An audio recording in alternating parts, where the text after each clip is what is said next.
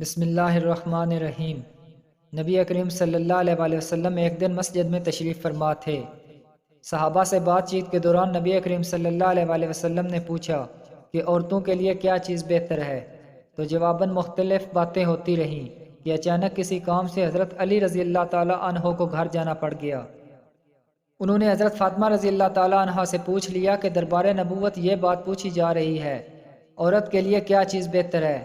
Be be Fatima رضی اللہ تعالیٰ عنہ نے فرمایا، عورتوں کے لیے بہتر یہ ہے کہ نہ تو وہ کسی نامحرم کو دیکھیں اور نہ کوئی نامحرم ان کو دیکھے۔